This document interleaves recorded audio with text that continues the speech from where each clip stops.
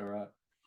Well, hello, friends, and welcome to what is essentially season two, episode one of Between Two Sundays.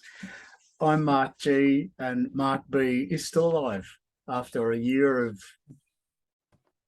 meeting like this A year of discussions with Mark G. every week.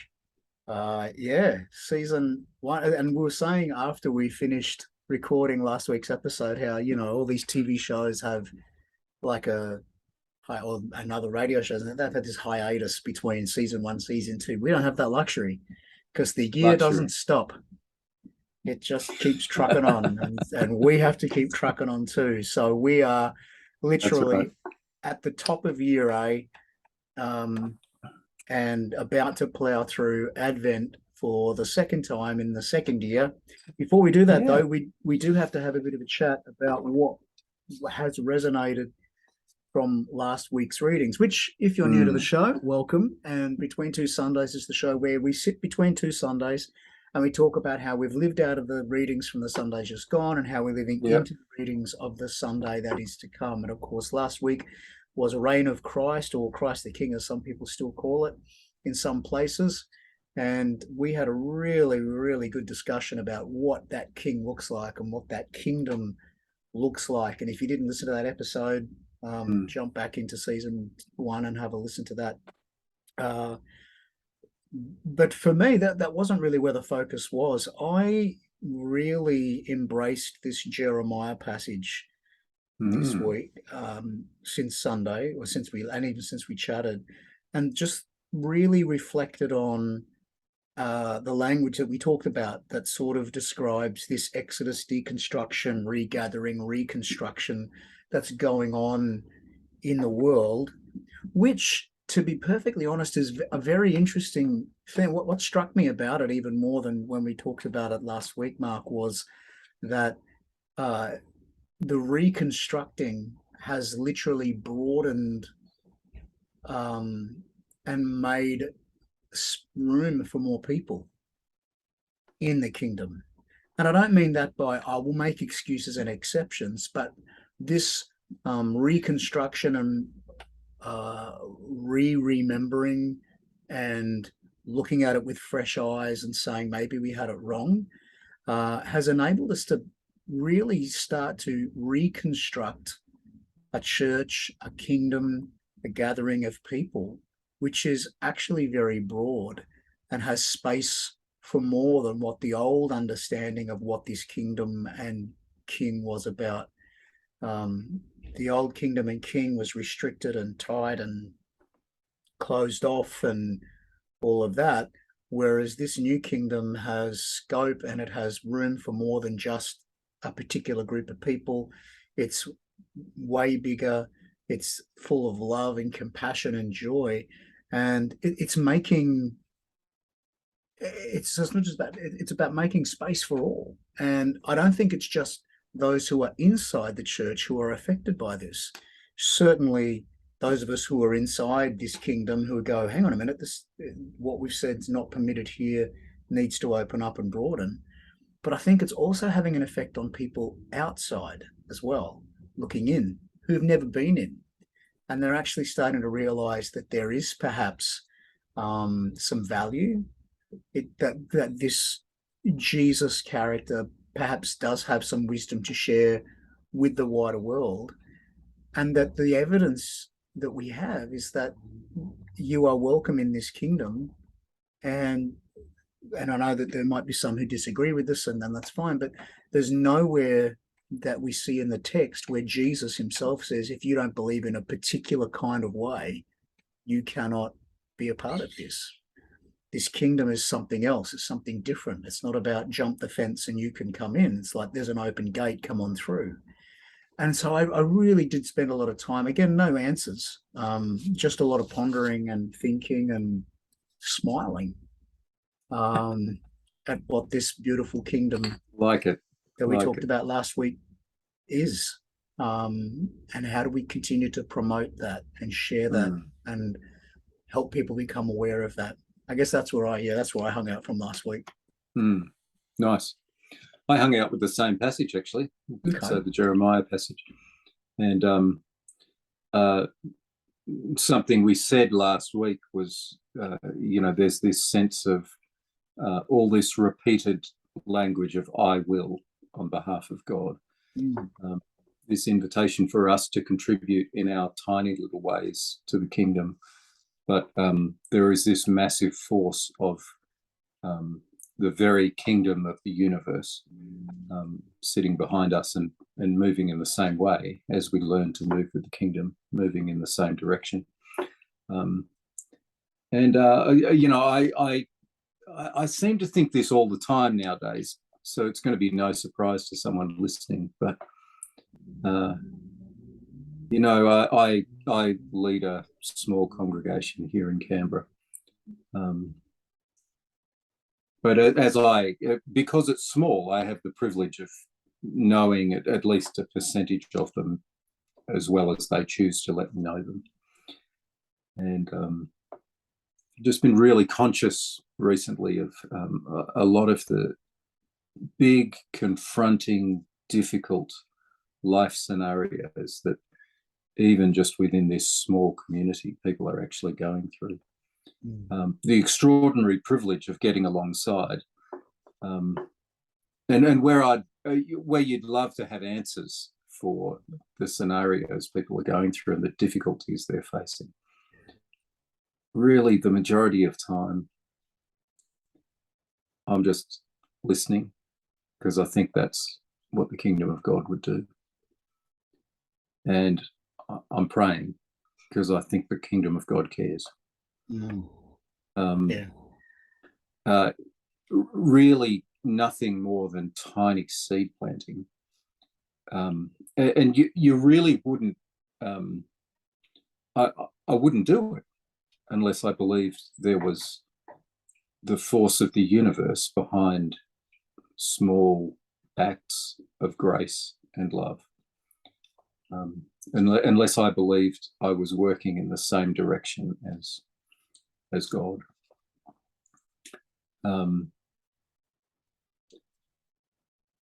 So I find myself increasingly feeling like I've got very little to give, but believing that the very force of the nature of the universe is behind the things I'm learning to do in the name of Jesus.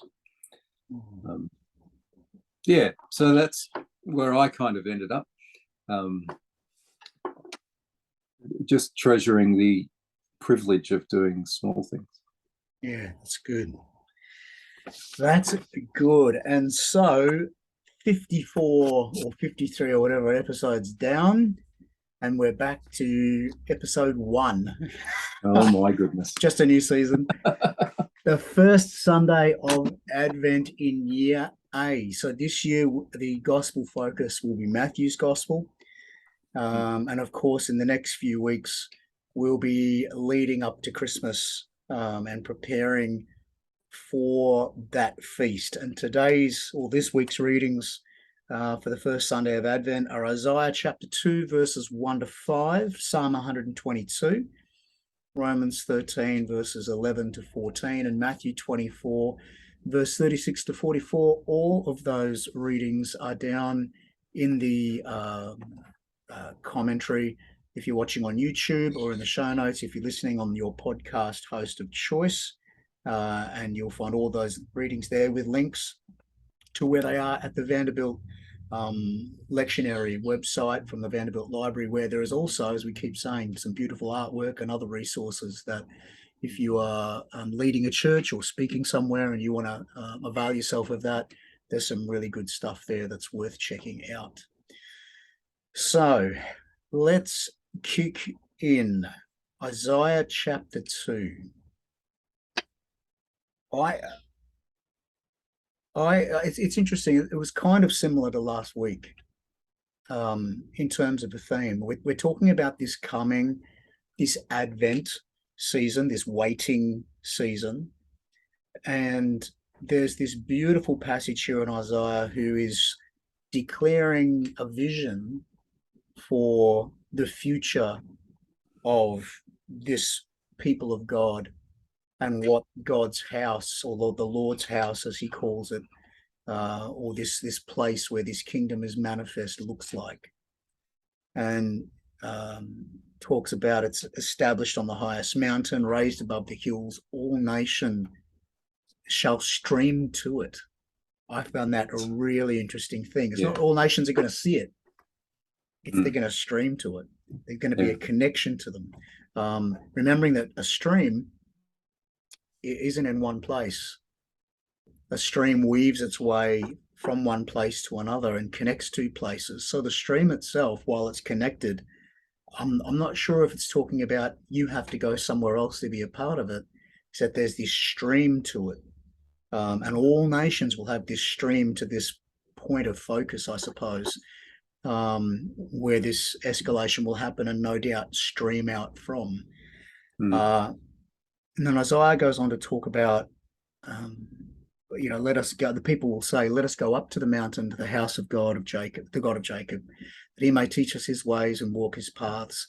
For out of Zion will come instruction and the word of the Lord from Jerusalem, and he shall judge between the nations and arbitrate for many peoples, and they shall beat their swords into plowshares and their spears into pruning hooks.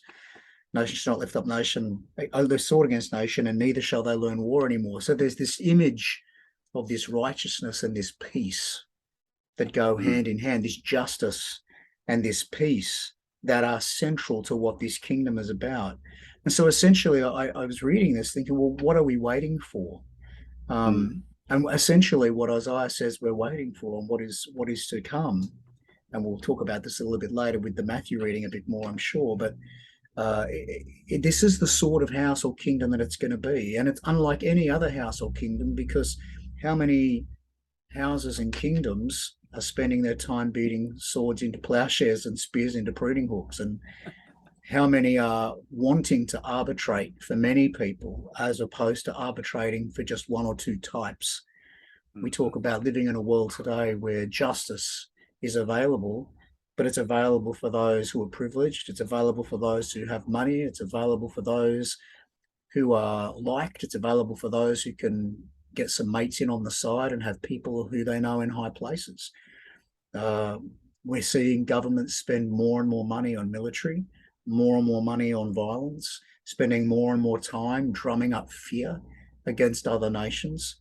This kingdom, however, is the complete opposite and looks nothing like anything else in the world.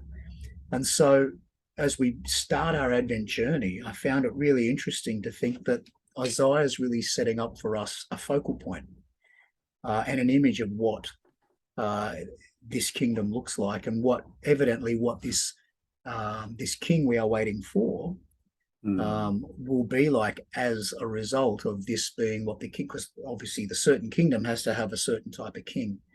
And this is certainly no warmongering king, and it's certainly no unjust king. It's something completely different. And I use the word king in the context of our conversation from last week. So if you're thinking, for those of you who are listening, if you're thinking, hierarchy structure and, I'm the king, completely different idea. We used the term realm and reign last week to try and differentiate that. So that's if you want to go back and listen to that last week, but that's the context in which I use that term. This is, obviously a kingdom like this is going to look, the king's not going to look anything like we imagine a king to be. Yeah. So it was a great start right out the bat. Seriously. Yeah. I think it's worth saying that here at the very first of Advent, there is a setting up of expectation. So here we are through all of these readings, we're looking at hope. It's setting up a hope for us to, what does it look like for us to look to the future, hoping after the things of God. And here is really a very, very powerful movement, a very powerful text for us to start with. I think I want to highlight things you've already said. There's a wonderful movement in this text. I seem to say that a lot recently. I find myself looking for movement in text, but there's a movement to Jerusalem, this flowing in, this streaming in from the nations. So this is everyone. It's not just people within Israel. going to the temple. It's actually this image of the whole world, all the nations streaming in. But then there's this movement out. The knowledge that is found in this place where all the nations are gathered in peace is seeping out into the world. This learning is, so there's this movement to and from. Really important, I think, a wonderfully important message for the church. How often we've just imagined the church as moving to the community or the church or the temple, and there we create something that sort of shuts out the rest of the world. But here is actually a movement to and a movement from, and it's very, very clearly for everyone. Yes. In fact, it's so radical. This everyone stuff is so radical that that the art of war is learned no more. This is a crazy, dangerous thing for people to do in an unstable world. To beat your swords into plowshares, your spears into pruning hooks, to convert your nuclear weapons into water tanks. That's the kind of image here. This is clearly a very safe environment that's been created by this movement to God and from God into the world. It's an environment where people are so sure of peace that they are able to transform the way where they put their energy. And the energy is directed, there's a farming images, aren't they? Plows and pruning hooks. These are our, we're directed to this image of us as gardeners rather than warmongers. We're gardeners, which is, of course, straight out of Genesis 1. This has all the echoes of us being what we were created to be. On the earth. So there's something really important about all four of these texts, but especially about this first one here in Isaiah. It's setting up our vision. Yeah. It's setting up our sense of expectation. And you can see how this Isaiah passage is put forth as an Advent passage, and because it does, at least for me. Let us go to the mountain of the Lord, to the house of the God of Jacob, that he may teach us his ways and we may walk in his paths. So many echoes of Jesus and the crowds he pulled, the controversy of inviting the Gentiles into this space as well. I think we're being asked to read this in Advent with the expectation that it'll tell us something, it'll prepare us to recognize who Jesus is as we get further into that story. So I think it's deliberately chosen in that sense. And I can't help but hear those echoes here and think to myself, yeah, Jesus' grace, Jesus' openness, Jesus' bigness really is something that can transform. I think this, I was thinking we've read, I think it was Isaiah passages before, about the lion will lie down with the lamb. And we've talked about how this is a kind of a fundamental change of nature, that lions are built to eat lambs.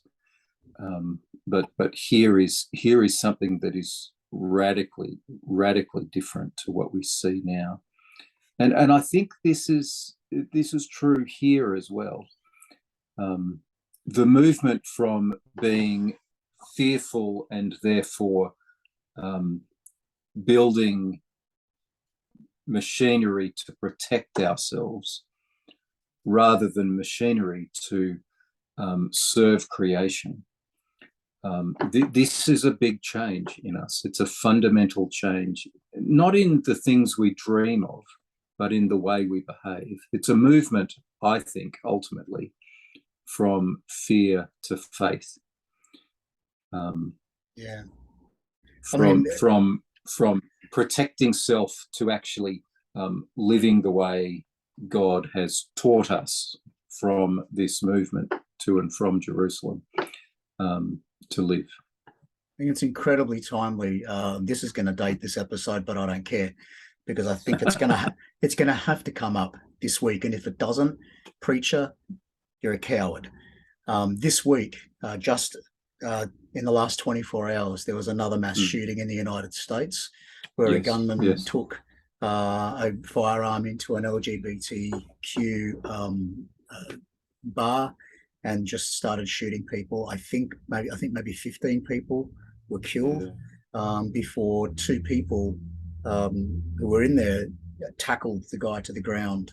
Now, what I find incredibly interesting about this is this morning on Twitter, I was stupid enough to get on and to see the whole firearms thing flare up again for the United States. The shooting took place in the United States in Colorado, by the way. So, of course, it all flares up, and I couldn't help myself a couple of times where you have these people who are literally living in so much fear that they believe it's their right to own a high-powered assault rifle. And I literally said a couple of times, they started to list, and they all only really got two up there, but started to list all the times that an AK-47 or what's the other one, AR-15 or whatever they call it, how many times they had been used in defending someone and what it actually worked. What was really interesting was the two clippings that they cited and put up were both home invasions. So I want you to paint this perspective. Here they are. We've just had a mass shooting in a nightclub of 15 people. And I put the challenge out and I say, tell me one place where someone has used a high-powered assault rifle to defend themselves, expecting something like that to come up. And both occasions, someone, in one case it was one person, other case it was three, broke into a home, and the homeowner owned SR-15 or AK-47 or whatever they're called, and literally used it on these people and killed them before the cops could arrive, before the cops did arrive. Just took it upon themselves. You're in my house, I'm going to shoot you. And what was really interesting was the people who put these things up, when I challenged them and said, do you not see that, A, you've decided to place yourself as the judiciary and judicial authority and justice over these people? You've decided that they're guilty. Well, that's probably not the right term, because sure, they're in your house, they're doing something wrong, but you've decided that they are owed the death penalty for that. And you've brought that on, and so you're playing judge. What right do you have to play judge? Was the first one. And the second one that I said was, can you not see that by using violence against violence, you are simply circling more violence and building into the violence? You can't defeat violence with violence. And it literally is fear that's holding these people in a place where they believe they have to own a firearm or their whole world is going to come crumbling down. And so to read this passage and to think about it in terms of fear and what does that fear do? Here you have people who are saying, not only are we not going to belt our AK-47s into plowshares or pruning hooks, but we're also going to hold on to our right for everyone to have one, and maybe even have more than one. And it's, how do you think you're going to defeat the evil? Because they're, what's going to stop the bad guy with the gun? The good guy with the gun. Really? It's 600 mass shootings to date in the last, something ridiculous this year. 600 shootings to date, I think, not mass, but something like 200 or something to date. Mass being anything more than 4 people who are killed.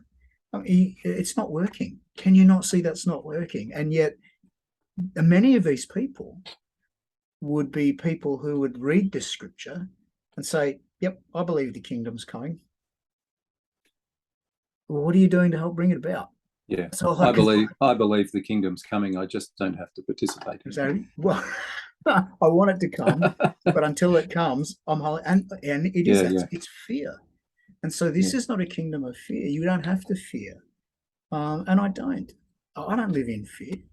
I wonder if there's a way of. I wonder if there's a way of reading this text as the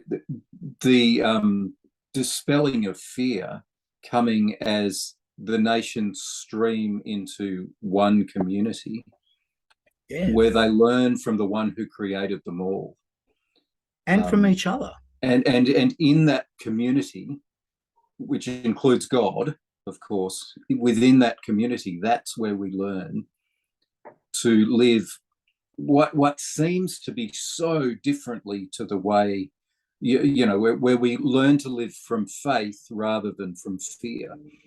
And that transforms everything here as we leave this place, as we disperse across the earth.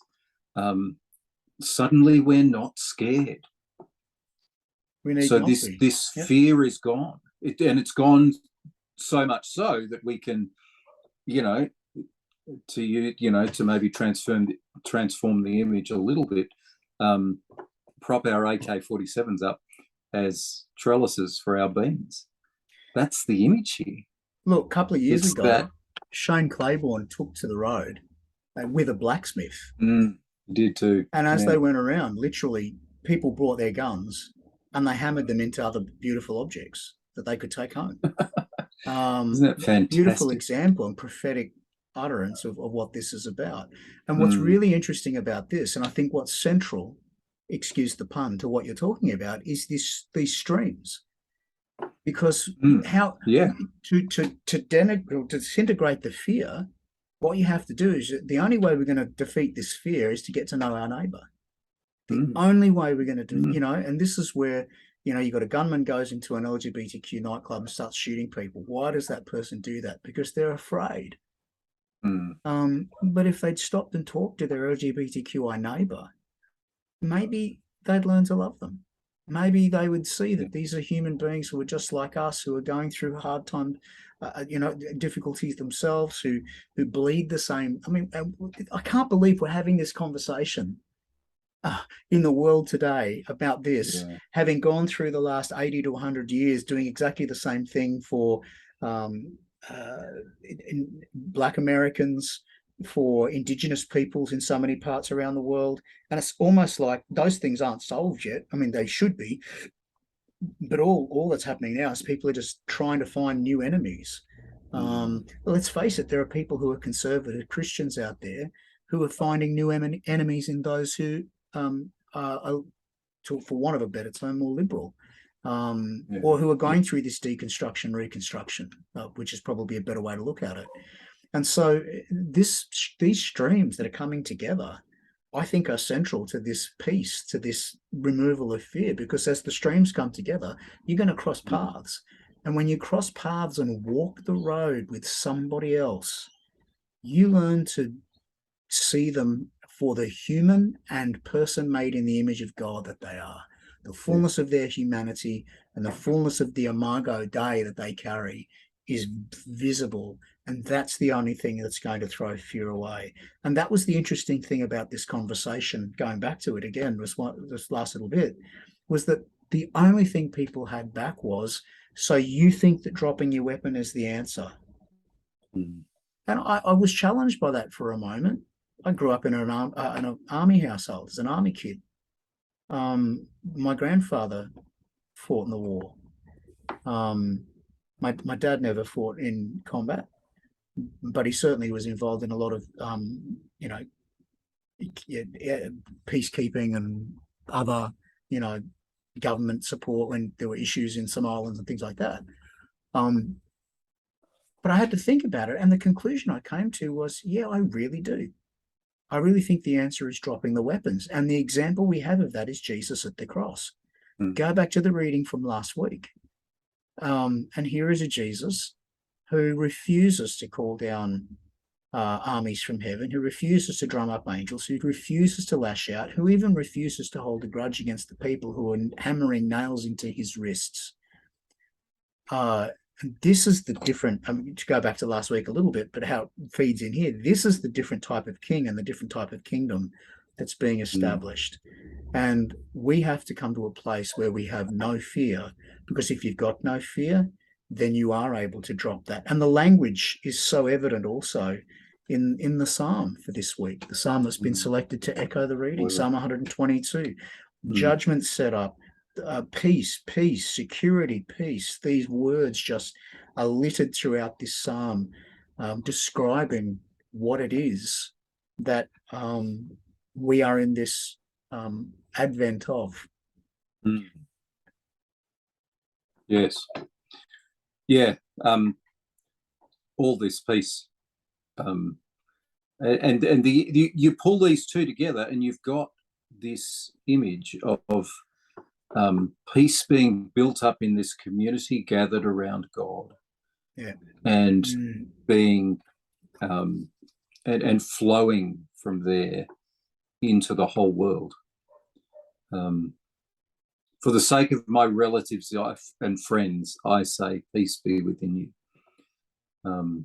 This is, I don't know, we hear sort of peace language used around here, but I wonder if inherently within language of peace is community.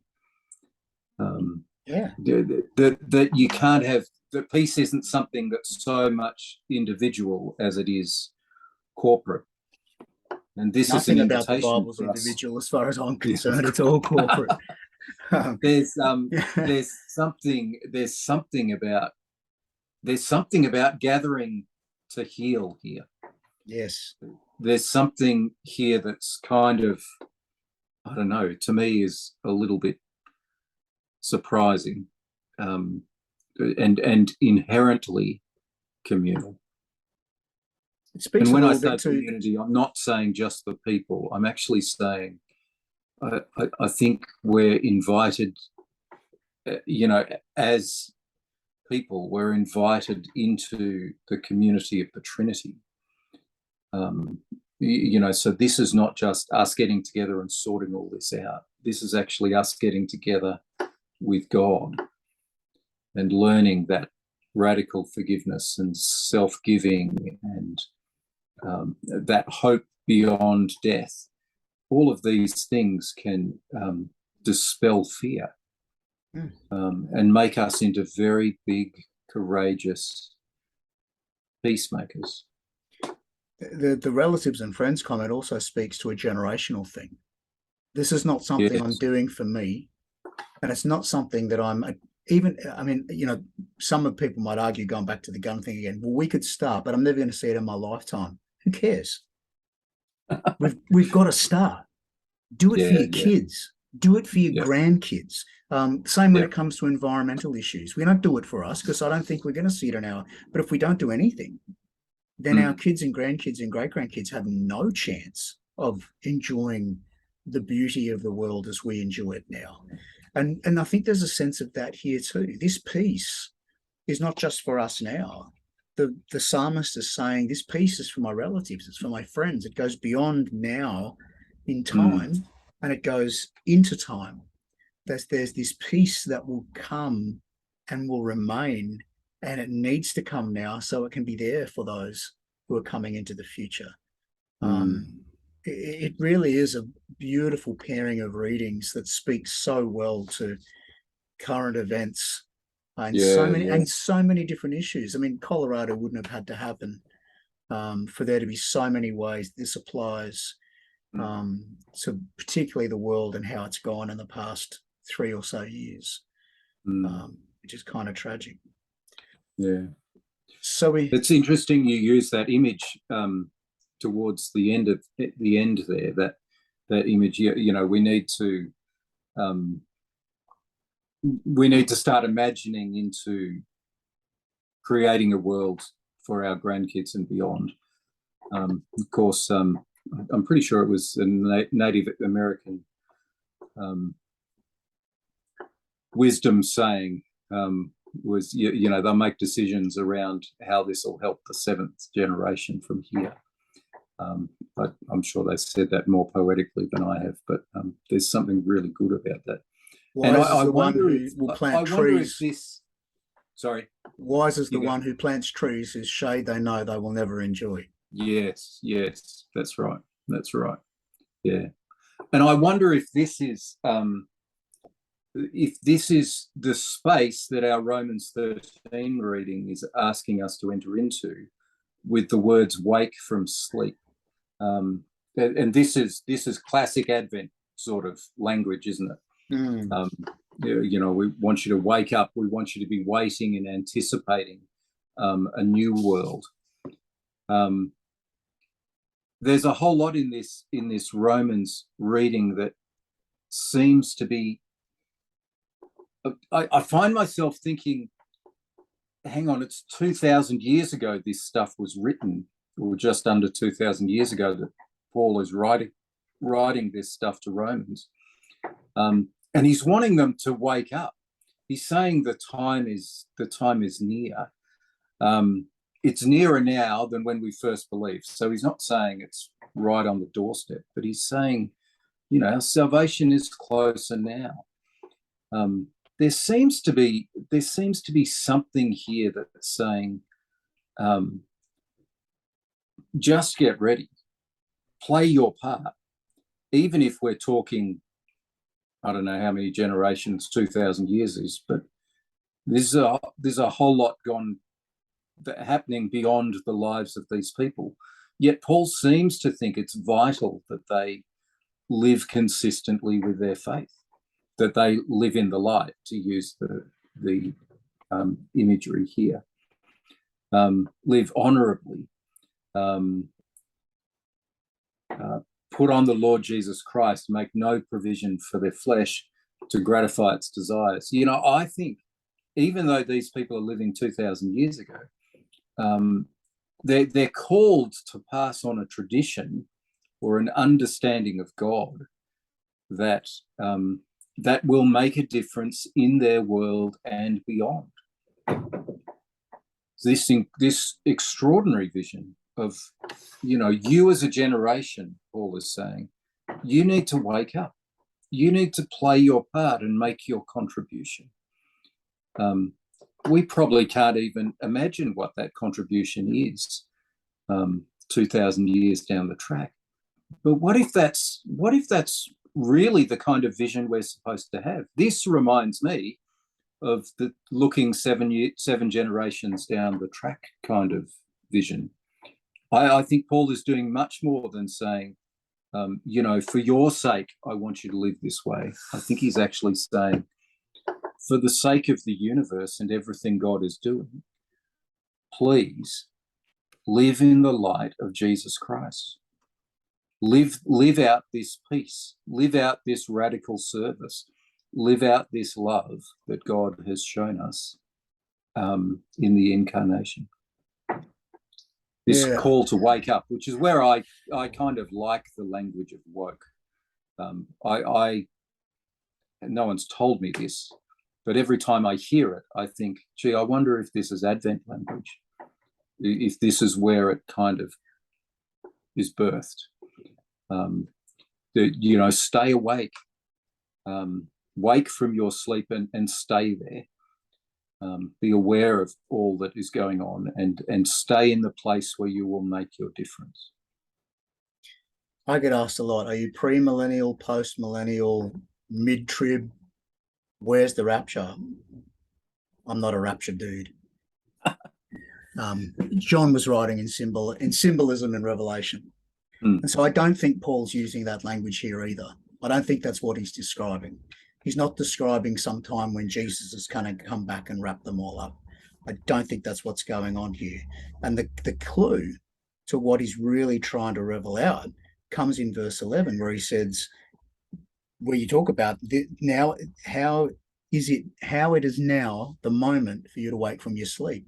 He's literally talking about them being continually awakened to the reality of God and the world, as you said, as they go about living the way that Jesus has taught them to live.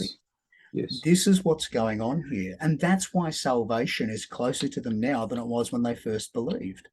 Yeah. Because once their eyes were opened, once you start to see, you can't unsee. And once you start to see, the seeing just becomes more bright. And so more and more and more and more of what this kingdom's about and who this God is and how we live into it gets revealed. And so that's why he talks like this. That's why he's saying the night is far gone, the day is near. That's why he's saying, lay aside the works of darkness, put on the armor of light. Let us live honorably as in. That's why he's saying these things. He's saying, keep going, keep moving, because as you do this, you're becoming more and more awakened to something that's already here. All Yeah. right. This is not Yeah. down the track it's going to come. It's here. Jesus said that clearly. The Jesus of the kingdom of God is now, it's at hand, it's within you. And so what's all it about then? It's about being awakened to this reality of the kingdom and being more and more and more, more and more of it becoming visible to us.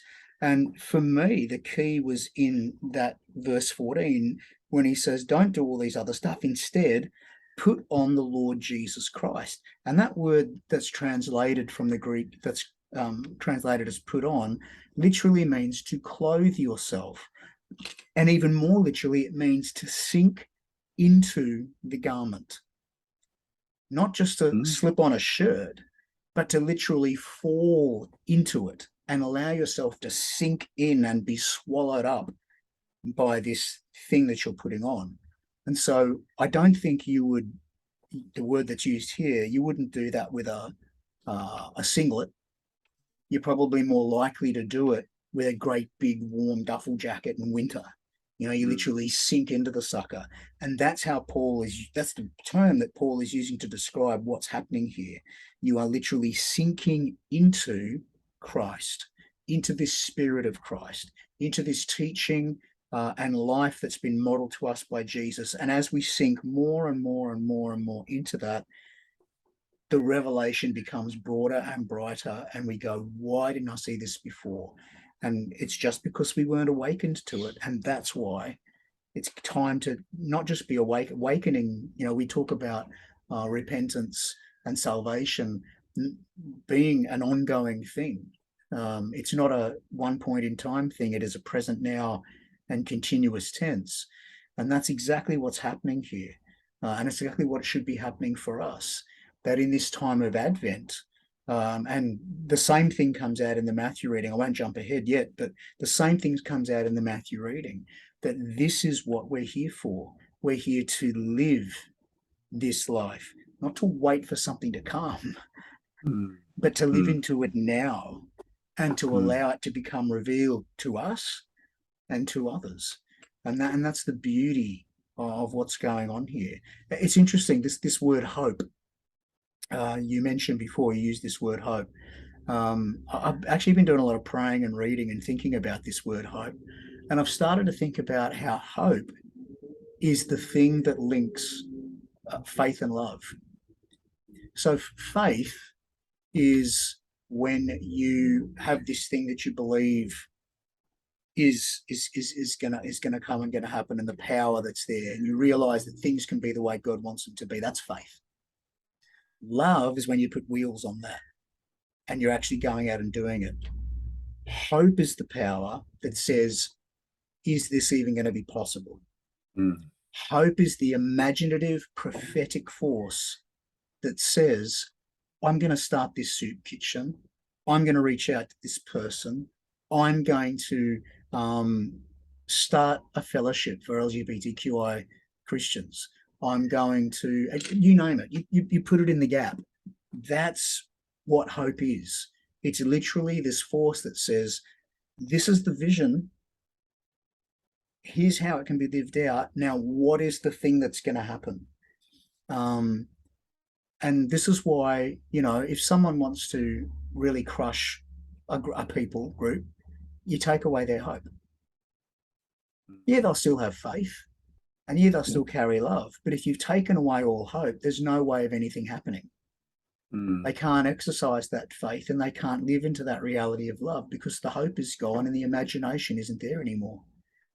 And that's why governments and things who want to control, or anyone who wants to control, if they can remove hope, they will succeed.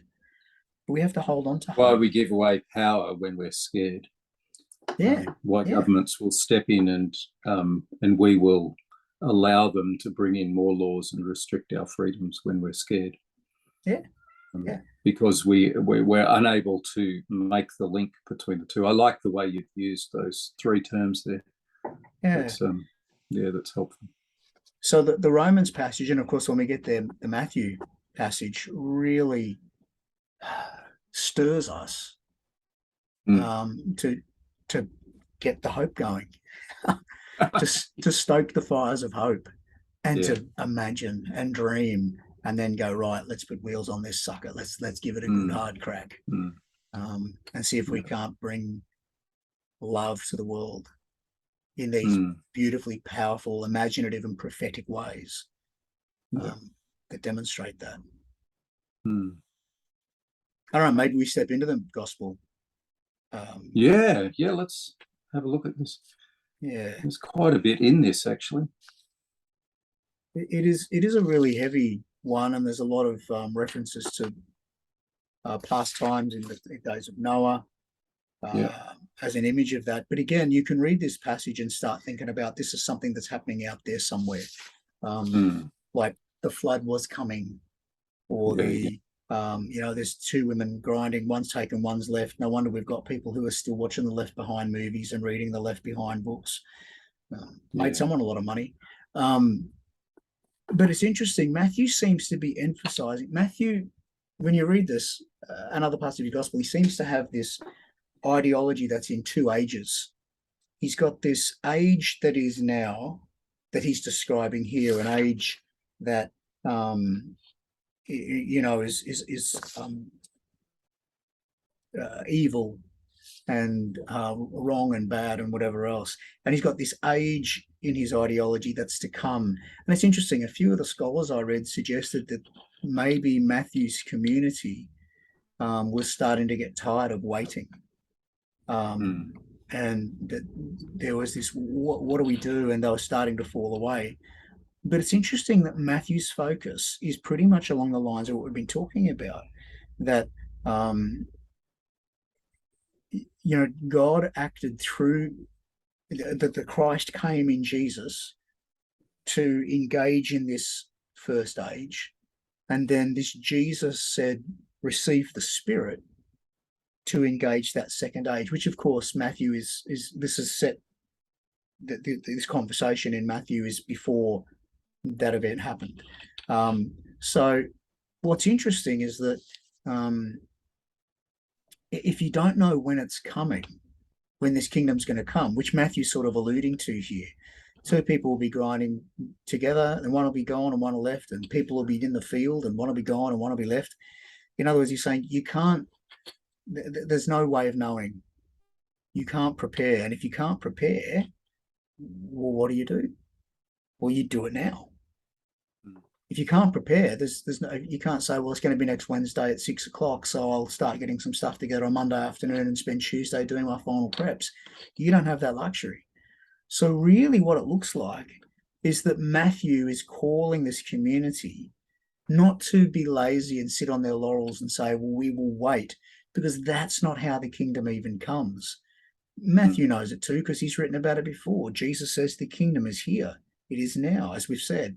So what do? Well, we participate in bringing that kingdom now. We participate actively in opening the eyes of others to this kingdom that we've been awakened to.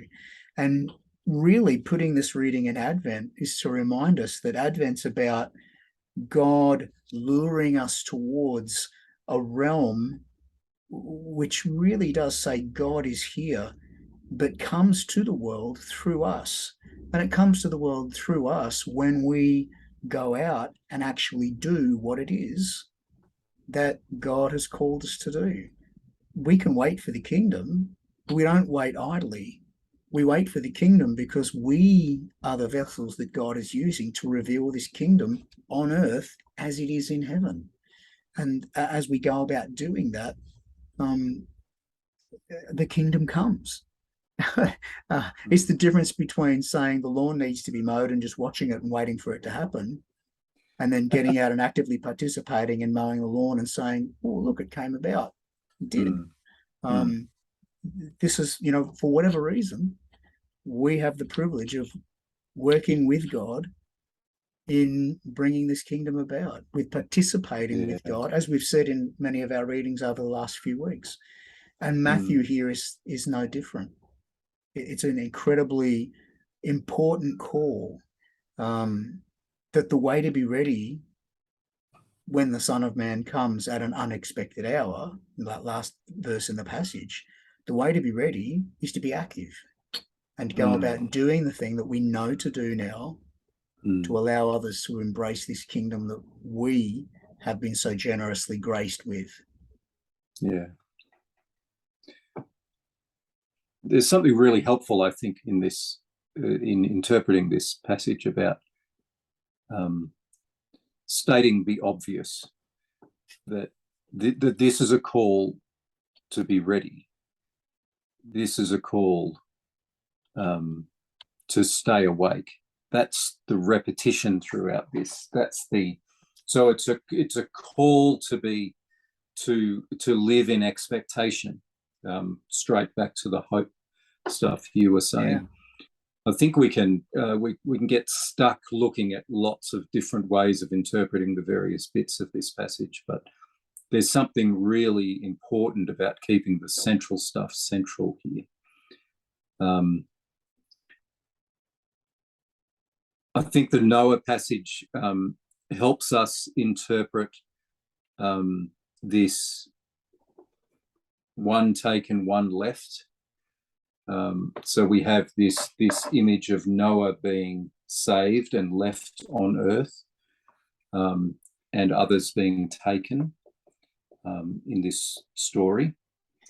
Can I just butt in for a second? That's incredibly important, because Yes, the it old is. interpretation says the one Yes, who's taken goes to God, the one who's left yes, that's doesn't. right. That's right. But that's an And incredibly I would important argue, point. that that this Noah passage puts that for Matthew, puts that in.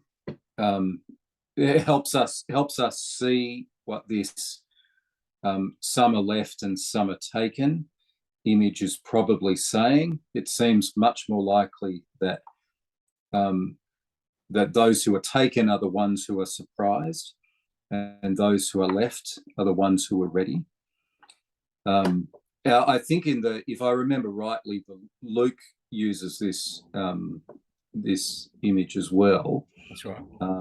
And he does this differently. I'm not sure if it's the Noah stuff, but certainly the disciples ask at that point, where are they taken to? And the answer is, what is it? Where the vultures gather. So it's an image of death. It's an image of, we don't want to go. We don't want to be the ones taken. We want to be the ones left. So I think there are mechanisms in this telling of this story that actually help us interpret it a little bit more accurately than some of that left behind stuff has has done for us. So it actually removes this from fear. And then of course there's this whole image of the owner of the house who stays up and is ready and doesn't let the house be broken into. I think that lends itself much more, if you're looking for consistency here, lends itself much more to someone who remains rather than someone who is taken. So there's a way to allow this passage to be beautifully consistent for us. And I think it's worth opening our minds up to the possibility that this might be one of those passages that we've interpreted all the wrong way round. But keeping the focus where I think the focus has always been, actually, the focus on being awake and being ready. And it seems to me Jesus does this very consistently throughout this passage. Absolutely. And doing that, even though we don't know all the details. I think there's something beautiful in this passage that's insisting, actually, you just don't know everything. It's maintaining a mystery, and the invitation is to live into that mystery. So not just to say, oh, look, I don't know, it doesn't matter, but actually to say, I don't know, but I'm going to live into the mystery of not knowing. I'm going to stay awake. Even though I don't know what all this might look like or when it will happen, I'm going to stay awake and be as ready as I can. There's something beautifully faithful, and like you would say, using your words before, beautifully hopeful about this passage. Actually, we do have the capacity to be ready for whatever comes. We do have the capacity to stay awake and be an aware people who are not taken by surprise by the manipulation of this world, by the circumstances that will come our way. I think it's also worth saying, this is a passage that's actually spoken to every generation since Matthew has written this down. So it would be really disappointing if we fell into this end times interpretation of this in an exclusive way that meant this is really only relevant for the last generation. And if it speaks to me, I must be the last generation. I think this is a passage that's actually spoken to people. This call to be awake and ready, because just because we know Jesus doesn't mean we know everything. That call has spoken to people across the generations. And the temptation has been to say, well, it's speaking to me, therefore I must be, in the last generation or the last ones to come, or end times are upon us. Actually, it's been handed on because it's spoken to each and every generation. It would be quite arrogant, I think, for us to say we're the first ones to really interpret this properly. I mean, let's be honest. What end times? Yeah, well, let me just put it out there. As blunt as that, there is no end times. The default place to go to is a very literal interpretation of Revelation, I think, which is unquestionably the most cryptic book in the New Testament, possibly in the entire Bible, unless you take parts of Daniel in the same way. But let me just jump on that word mystery. I think this is really important, talking about mystery and the importance of mystery and hope. Some more of my thinking about the stuff I've been thinking about with this hope thing, and it's very relevant to this idea. When you pray with expectancy, there's no point praying. And there's no point praying with expectancy because you've already made up your mind how it's got to happen. You've put yourself in the place of God. When you expect something, you've already determined how it should turn out. And a couple of things there. One, if it happens to turn out differently, you will miss it. Two, as I said, you've placed yourself in a position that is incredibly arrogant to think that that's the only possible outcome that you can have. Expectancy says, I know what I want, and I'm going to tell God what I want. But hope's very different. Hope says, well, God can see the bigger picture. Hope says there are more possibilities than perhaps the one or two that I've got in my head. And it's about seeing a desired outcome, not necessarily a particular way for that outcome to be expressed. So there's a huge difference between expectancy and hope. The problem is that because hope says it's not my place to decide what happens, we have to leave it up to God. And if we leave it up to God, then we don't know. Because God can bring about the result in any way that sees fit. God owns the outcome. And so we can't pray with expectancy. We can only pray with hope. And that means we have to embrace this idea of mystery. And if we're still sitting on everything has to be sure and certain and signed off and filed away, and then hard copies printed, never to be changed, transformed, or whatever, then our idea of what God's about and what living in faith and living in the way that God calls us to live, the way that Jesus modeled, you've totally missed the boat. You've totally missed the purpose of the thing.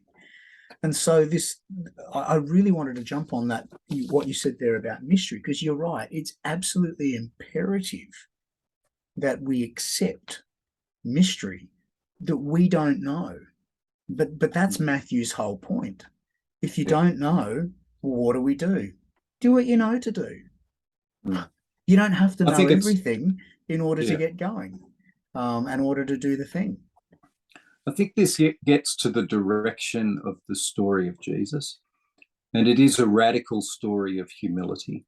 An unexpected story of humility. Remember, we're talking the story of God, and yet we encounter one who is humble and meek, who is willing to tell stories that don't put everything in place, but set the imagination free, all his parables.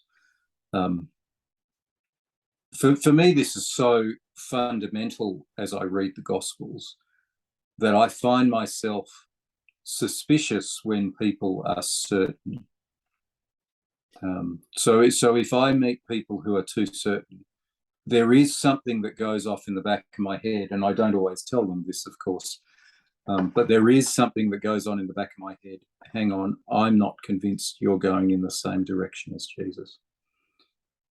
If our understanding of God makes us so certain that we are not humble anymore, I think we're going in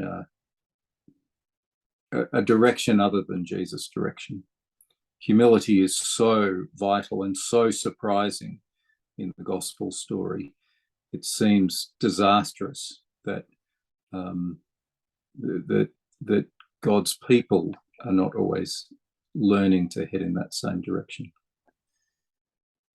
So as we walk into Advent, we do so with humility, with a sense of doing what we know to do and embracing the mystery of God, with the hope of these beautiful image from Isaiah and Psalms, and an awakening from the words of Paul. And I guess the beauty of not knowing is the fun as it gets unveiled. and as it continually gets unveiled. Absolutely. Great fun. What a great way to kick off the new liturgical year, man. This could be a good year. I think so. That was the first Sunday of Advent, right here in between two Sundays. Isaiah 2 verses 1 to 5, Psalm 122, Romans 13 verses 11 to 14, Matthew 24 verses 36 to 44. What did you see? What did you hear? What are you seeing or hearing? Please drop us a line at between2sundays@gmail.com. You can go to Mark's blog, barefootfollower.life, and read reflections on the readings there. There are reflections that go up on my Instagram posts on a daily basis at monkindocs, some of these and other ones as well. You're welcome to join there. Send me a DM, send Mark a comment, send us an email. Tell us what you're thinking. What are you seeing? What's being revealed to you? How are you understanding what is happening there? And of course, you can find all those links and others to the stuff we do in the link tree that is also in the description or in the show notes in your podcast host of choice. And Nate, that's it. First week's done. Groundhog Day. We're on our way again. And we're so glad that you joined us for another season. Thank you so much for being with us. And we are just so blessed to be able to share this with one another, let alone share it with lots of other people as well. So thank you so much for being with us here. Until next week, my friend. Great to see you, Mark. Thank you. You too, mate. God bless, folks. And peace be with you as you enter into Advent. Bye for now. Yeah. See ya.